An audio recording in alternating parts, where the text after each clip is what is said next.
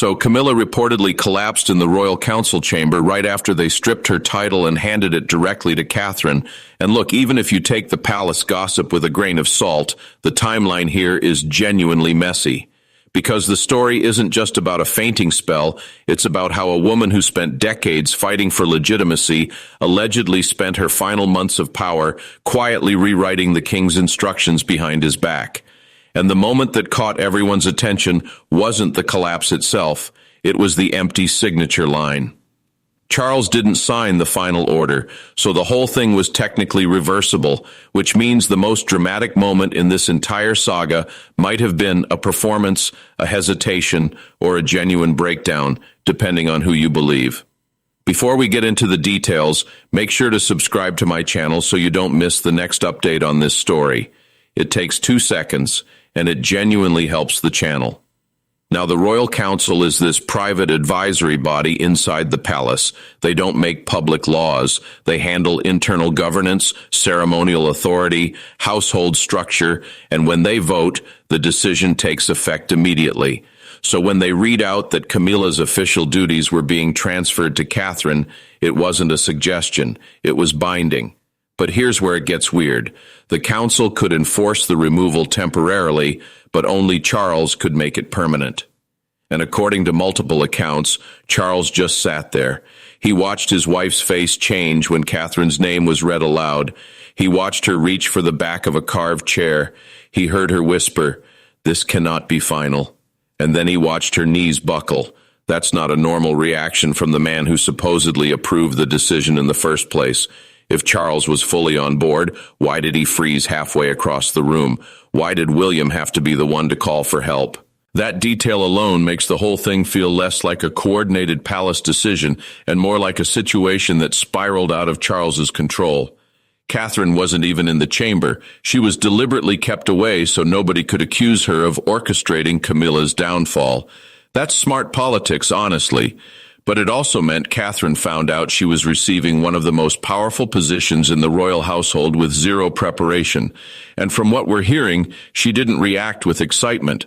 She reportedly sat with the council letter in her lap, stared at the final paragraph and said, "I never asked to take anything from her." William was right there. He didn't argue with her. He told her he knew because he understood something that a lot of people watching this from the outside might miss. Catherine wasn't being rewarded, she was being used as a constitutional safeguard. The council framed the transfer as necessary because Camilla had allegedly created a second chain of command inside the palace. And that's the part that actually matters more than any dramatic collapse. For months, Camilla reportedly had control over certain household channels. These are the internal systems that carry schedules, seating orders, invitations, briefings, and ceremonial instructions from the king's office to palace staff. Normally, when Charles approves something, it goes through those channels and gets executed. But multiple sources claim that Camilla's office had been intercepting those instructions and changing them before they reached staff. So, an order would leave Charles's desk saying one thing, and by the time it reached the people responsible for carrying it out, it said something completely different.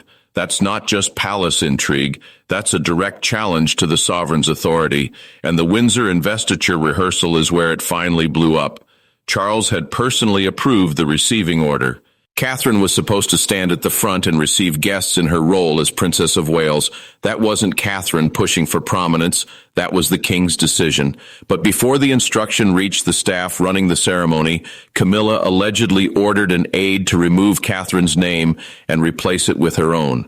And this wasn't the first time. It had been happening for months. Invitations that were approved for William and Catherine's office got changed.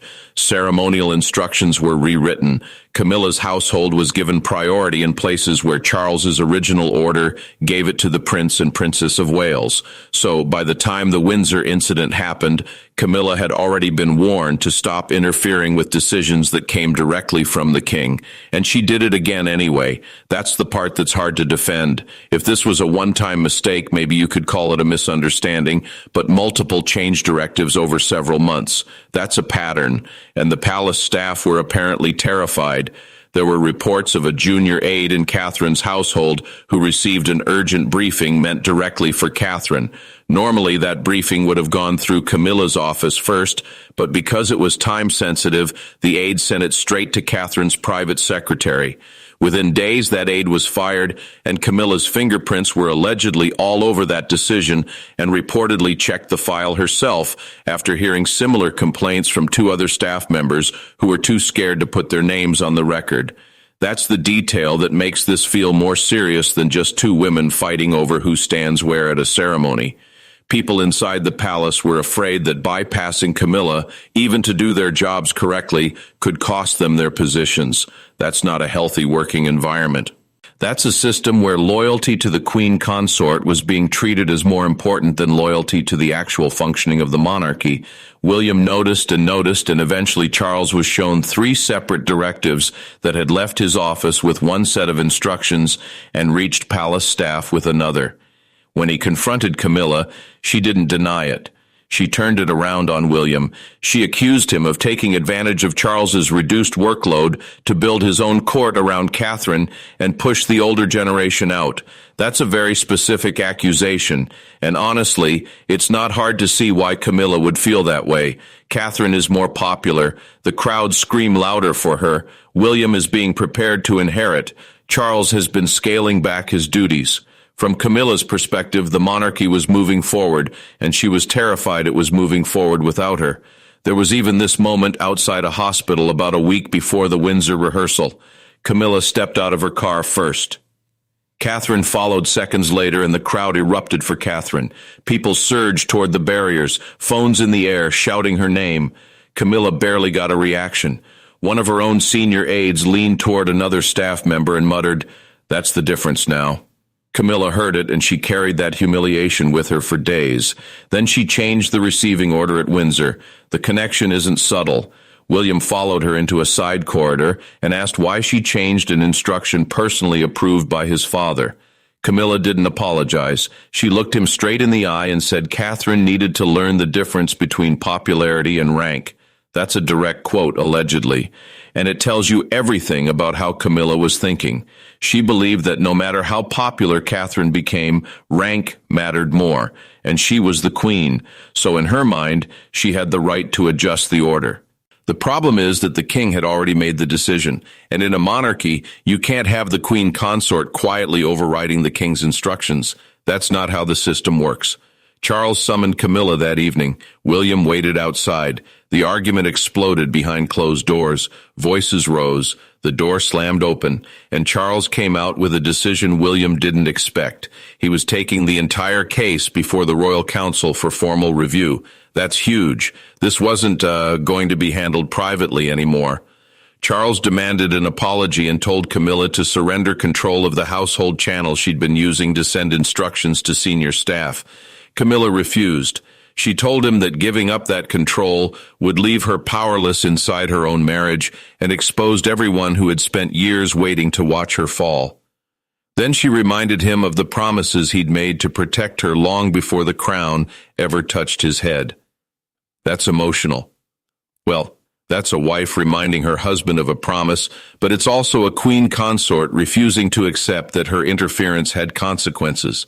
Anne was in the room, and Anne came prepared. She had the details about the fired aide. She had the pattern of changed instructions. She told Charles that palace staff were afraid, not annoyed, afraid. That changes the framing entirely. This wasn't about Camilla being rude to Catherine. It was about whether anyone could trust the king's orders if his own wife could secretly change them before staff carried them out. So Charles went to the council. The recommendation was already written. It had been reviewed. The pen was uncapped. The council examined Camilla's ceremonial title, her authority over palace staff, her access to internal information, and the powers attached to her position. They concluded she couldn't safely keep those powers. William gave the king a sealed appendix. That appendix allegedly showed that Camilla's office hadn't just changed instructions. Several important briefings meant for Catherine had been held back inside Camilla's office. Others never reached Catherine at all. One of those files concerned a major national ceremony. Because the briefing was delayed, Catherine nearly walked into that ceremony without information she needed in front of senior officials and foreign guests.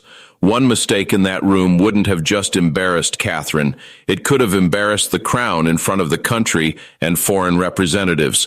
That's the moment Charles finally understood how far this had gone. The council agreed to transfer Camilla's title and authority, but Charles asked for one final night. That night, he offered Camilla a deal. She could surrender the title herself, keep some ceremonial privileges, keep part of her personal staff, and let the palace tell the public she had chosen to step back gracefully. That would have protected her dignity. It would have allowed her to frame it as her own decision. Camilla said nothing. She waited until Charles left. Then she tore the unsigned statement in half. She claimed that signing it would erase her entire life. Before dawn, she formally rejected the proposal in writing, and that was it. Hours later, the council turned its recommendation into a binding order. Charles spent that night alone in another wing of the palace. His final attempt to protect Camilla's dignity had failed. Not because she wasn't given a choice, but because she refused the choice she was offered. That's the part that gets lost in the drama. Camilla wasn't blindsided without options. She was given a graceful exit, and she rejected it. So the palace moved forward without her cooperation. The next morning, Camilla called her longtime personal assistant from her private study and asked her to handle something routine. The assistant hesitated. Then she told Camilla she could no longer take instructions from her directly. As of that morning, she reported to Catherine's office. Any request from Camilla now had to go through Catherine's household channel first. Camilla went quiet. She asked the assistant to repeat herself. Then she put the phone down without finishing the call.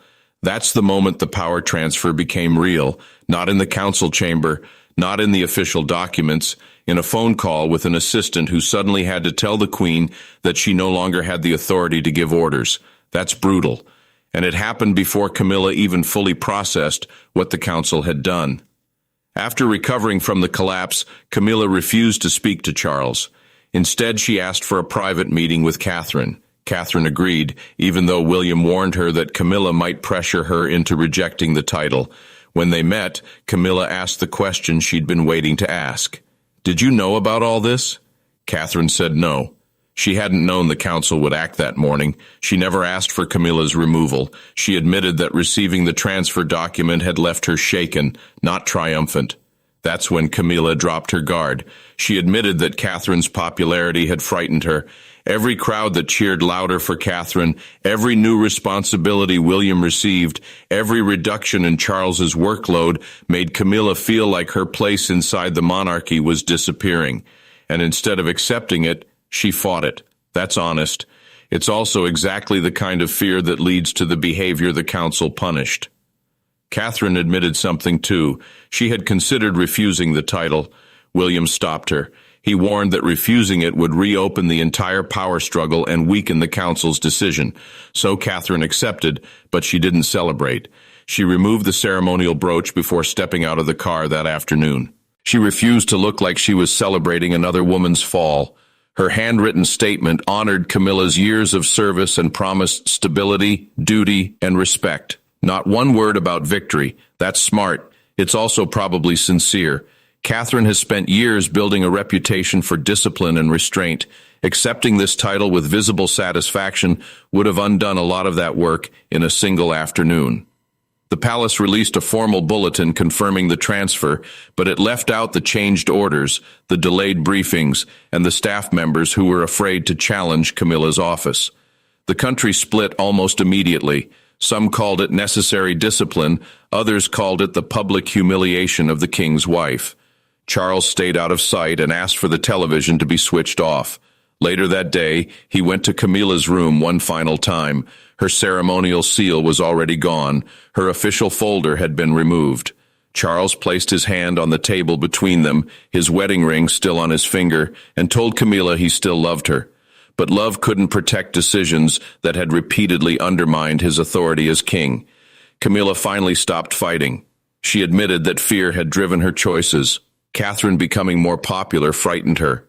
William gaining more authority frightened her. Even Charles reducing his duties frightened her. The monarchy was moving forward, and Camilla was terrified it was moving forward without her. Charles didn't reverse the order. He told her their marriage would continue. She would still be his wife. She would still stand beside him.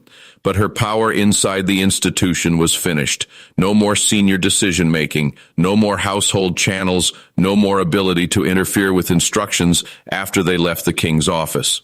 That evening, a handwritten note from Catherine arrived for Camilla. She promised to use the title to stabilize the family, not erase Camilla's years of service. And that's where the story lands. But there's one more layer that people keep forgetting. The council didn't just remove Camilla's household authority. They also placed a temporary review period on the entire consort's office. That means every remaining staff member had to be revetted. Every line of communication had to be reapproved. For a few weeks, Camilla's office effectively stopped functioning as an independent unit. That's almost unprecedented in modern royal history. Usually these transitions happen quietly over months with carefully worded announcements and soft landing arrangements. This one happened fast, and the speed is what made it so destabilizing for everyone involved. Palace staff were told not to speak to the press. Several longtime employees were reassigned without warning. One former aide reportedly packed their desk before noon and left through a side entrance without saying goodbye to anyone. It wasn't just Camilla who lost her place. It was the entire structure around her, and that's why the empty signature line keeps bothering me.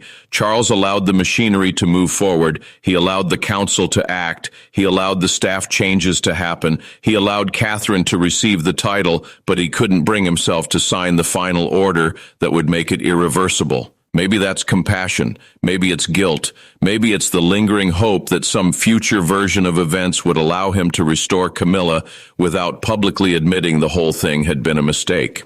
Or maybe it's simpler than that. Maybe he just couldn't stand the thought of being the one who put the final mark on the document that ended his wife's role in the institution. Because signing it would mean accepting that the woman he fought so hard to place beside him had become a threat to the very authority he was supposed to protect. That's a heavy thing to put your name on. So the story remains unfinished. The palace moved forward, wounded, reordered, but the king's signature remained unwritten. And as long as that line stays empty, Camilla's fall isn't permanent. It's just suspended, waiting for a pen that Charles still hasn't picked up.